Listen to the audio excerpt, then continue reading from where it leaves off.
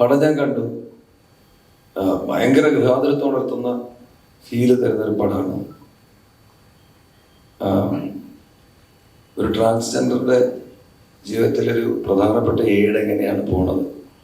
അവരുടെ പലപ്പോഴും ഞാൻ പല ട്രാൻസ്ജെൻഡേഴ്സിനോട് സംസാരിച്ചിട്ടുള്ളപ്പോൾ പറഞ്ഞിട്ടുണ്ട്, എന്നോട് പറഞ്ഞിട്ട് അവരുടെ ഈ സ്ത്രീകൾക്കും പുരുഷന്മാർക്കും പ്യൂബർട്ടി പ്രായം പൂർത്തിയാകുന്ന സന്ദർഭം എന്ന് പറഞ്ഞാൽ ആഘോഷവേളകളാണ്. ഒരു ട്രാൻസ്ജെൻഡറെ സംബന്ധിച്ചിടത്തോളം അതൊരു ട്രോമയുടെ തുടക്കമാണ്. ഏതെങ്കിലും ഒരു ലിംഗനിബദ്ധമായി തന്നെ ജീവിക്കണമെന്ന് നിർബന്ധം പിടിക്കുന്ന ഒരു സമൂഹത്തിൻ്റെ എന്താ പറയുക ഒരു തിരിശേഷിപ്പാണ് അവരുടെ ജീവിതം എന്ന് പറയുന്നത്. അതിൻ്റെ ബാക്കിപത്രമാണ്. അപ്പോൾ അവർക്ക് ഈ ഒരു തീരുമാനത്തിലേക്ക് എത്താൻ പറ്റാത്ത ഒരു ബാല്യവും യൗവനമാണ് അവർ കടന്നു പോകുന്നത്. അതിൻ്റെ ട്രോമ ഒരു വലിയ പങ്ക് ഈ സിനിമയിൽ ഭംഗിയായി ചിത്രീകരിച്ചിട്ടുണ്ട്. അതുപോലെ നമ്മൾ പലപ്പോഴും കേൾക്കാതെ പോകുന്ന ഒരുപാട് ശബ്ദങ്ങളാണ് വന്ധ്യവൈവതികരുടേത്. അങ്ങനെ ഒരു പ്രായമുള്ള ഒരാളുടെ ജീവിതം എങ്ങനെയാണെന്ന്, അങ്ങനെയുള്ള ആൾക്കാർ ഒന്നിച്ച് ചേരുമ്പോൾ ഉണ്ടാവുന്ന ഒരു അവസ്ഥാന്തരം എന്താണ് ലോകത്ത്, അവരുടെ ജീവിതത്തിൽ ഉണ്ടാവുന്ന വ്യത്യാസം എന്താണെന്നൊക്കെ ഭംഗിയായിട്ട് ചിത്രീകരിക്കാൻ ഈ ചിത്രത്തിൽ സാധിച്ചിട്ടുണ്ടെന്നാണ് ഞാൻ വിശ്വസിക്കുന്നത്.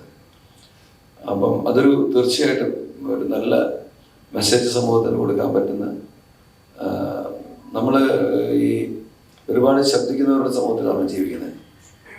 സംസാരിക്കുന്നവർക്ക് മാത്രമേ വിലയുള്ളൂ. നിരാലംബരായിട്ട് നിശ്ചേഷ്ടരായിട്ട് എഴുന്നേറ്റടക്കാൻ പറ്റാതെ കഴിയുന്ന ആൾക്കാരുടെ ശബ്ദമാവാൻ ഈ സിനിമയ്ക്ക് സാധിക്കാൻ പറ്റിയാൽ അതാണ് ഈ സിനിമയുടെ വിജയം. അപ്പോൾ അതിനകത്ത് സിനിമയ്ക്ക് അങ്ങനെ ഒരു പ്രത്യേക വിഹ്വലത തോന്നും നമുക്ക് ആ സിനിമ കാണുന്ന സമയത്ത്. ആ വിഹ്വലതയ്ക്ക് ശബ്ദം കൊടുക്കാൻ പറ്റി എന്നുള്ളത്, എനിക്ക് പാട്ട് പാടുമ്പോൾ ഒരു പാട്ട് പാടി സിനിമാ പാട്ടുകാരനായി, സിനിമയിൽ പാടിയ ഒരു പോലീസുകാരനായി എന്നൊക്കെയുള്ളൊരു ചാരിതാർത്ഥ്യമാണ് എനിക്ക് ആദ്യം ഉണ്ടായിരുന്നത്. പക്ഷെ അത് കഴിഞ്ഞ് ഇതിൻ്റെ ടീസർ കണ്ടു, അത് കഴിഞ്ഞ് ഇതിൻ്റെ സിനിമ മുഴുവൻ കണ്ടു കഴിഞ്ഞപ്പം ഈ പണ്ട് സിബു ഇവിടെ ഇതേ വേദിയിൽ നിന്ന് സംസാരിച്ചപ്പോൾ പറഞ്ഞിട്ട്, ഞാൻ വലിയ ആളായി പോകുമ്പോൾ എന്നെ മറന്നുപോലെ എന്ന് പറഞ്ഞൊരു തമാശയുണ്ട്. അതുപോലെയാണ് എനിക്ക് തോന്നിയത്. ഇതെൻ്റെ ശബ്ദം തന്നെയാണോ എന്ന് എനിക്ക് സംശയം തോന്നുന്ന രീതിയിൽ അത് ആ സിനിമയെ നല്ല രീതിയിൽ പ്രതിഫലിപ്പിക്കാൻ സാധിച്ചിട്ടുണ്ട്. പിന്നെ ആ ബാക്ക്ഗ്രൗണ്ട് സ്കോർ മുഴുവൻ ഭംഗിയായിട്ടാണ് സിബു ചെയ്തിരിക്കുന്നത്. നിങ്ങളെല്ലാവരും ആ സിനിമ കാണണം, തിയേറ്ററിൽ തന്നെ പോയി കാണണം. ഈ എളിയ സംരംഭകരെ വിജയിപ്പിക്കണം. ഇതുപോലെയുള്ള സന്ദേശങ്ങൾ ഇനിയും വരാനായിട്ട്.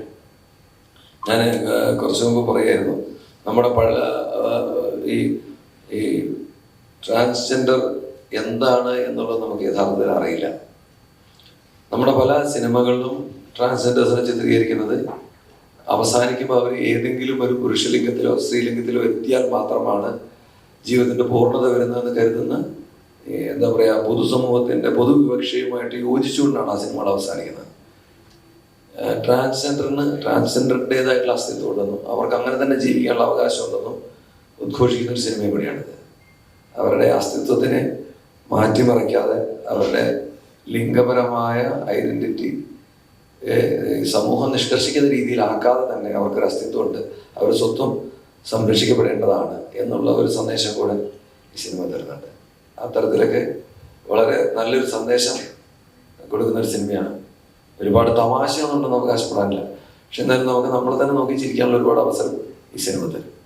ഞാൻ നേരത്തെ പറഞ്ഞ കണക്ക് ഈ കമ്മ്യൂണിറ്റിയിലുള്ള ഒത്തിരി ആൾക്കാരെ വിളിച്ച് സംസാരിച്ചപ്പോഴത്തേക്ക് അവർ പറഞ്ഞൊരു കാര്യമുണ്ട്, സാറിൻ്റെ സപ്പോർട്ട് വളരെ വലുതായിരുന്നു. കാരണം വെച്ചാൽ പല കാര്യങ്ങളിലും സാർ നന്നായിട്ട് അതിനെക്കുറിച്ച് പഠിച്ചിട്ടുണ്ട്, നല്ല രീതിയിൽ ഇത് പഠിച്ചിട്ടുണ്ട്. അതുകൊണ്ടാണ് സാർ അതിനെക്കുറിച്ചിട്ട് അങ്ങനെ ഒരു കാര്യം പറഞ്ഞത്.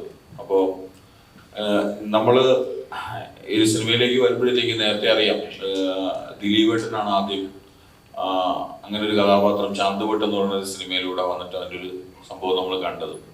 അത് കഴിഞ്ഞതിന് ശേഷം ജയസൂര്യ മേരിക്കുട്ടി എന്ന് പറയുന്ന ഒരു കഥാപാത്രം ചെയ്തിട്ടുണ്ട്. അതൊരു പ്രധാന അങ്ങനത്തെ ഒരു സിനിമയായിരുന്നു. എനിക്ക് തോന്നുന്നു അതിനുശേഷം അത്രയും ഒരു ശക്തമായിട്ടുള്ള അങ്ങനെ പല സിനിമകളിലും ചെറിയ ചെറിയ ക്യാരക്ടേഴ്സുകളൊക്കെ ഉണ്ട്. പക്ഷെ അതിൽ നിന്നൊക്കെ തന്നെ വളരെ ശക്തമായിട്ടുള്ള ഒരു കഥാപാത്രം ആഫിയ എന്ന് പറയുന്ന ഒരു ക്യാരക്ടർ അഞ്ജലിയുടെ കരിയറിൽ തന്നെ ഏറ്റവും നല്ല ബെസ്റ്റ് പെർഫോമൻസ് തന്നെ ആയിരിക്കും എന്ന് തന്നെയാണ് എൻ്റെ വിശ്വാസം. അത് പ്രേക്ഷകരാണ് തീരുമാനിക്കേണ്ടത്. അത്രയും മനോഹരമായിട്ട് അഞ്ജലി ഈ സിനിമയിൽ ആ കഥാപാത്രം ചെയ്തിട്ടുണ്ട്.